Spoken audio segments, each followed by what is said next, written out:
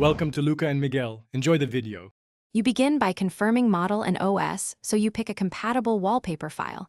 This prevents scaling artifacts. Once done, back up the current wallpaper and any important screenshots to avoid losing them. Next, locate the wallpaper control in Settings or long press the home screen.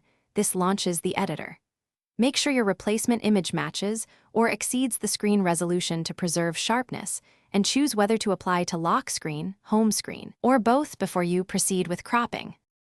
Now you'll handle precise alignment and options. Use the crop tool to fit the image to the phone's aspect ratio, moving the frame so faces or text aren't cut off. This keeps composition intact. Then check parallax or motion settings. If enabled, they can blur fine detail, so disable for static clarity. Preview the result on both lock and home screens. This reveals icon overlap or poor contrast. If text would be unreadable, adjust brightness or add a subtle overlay before you finalize. Apply the wallpaper and immediately test it by locking, unlocking, and rotating the device so you see any orientation issues. If the image appears stretched or the system reverts to default, check storage permissions and any battery or memory optimizers that might purge custom settings. Make sure the launcher isn't interfering.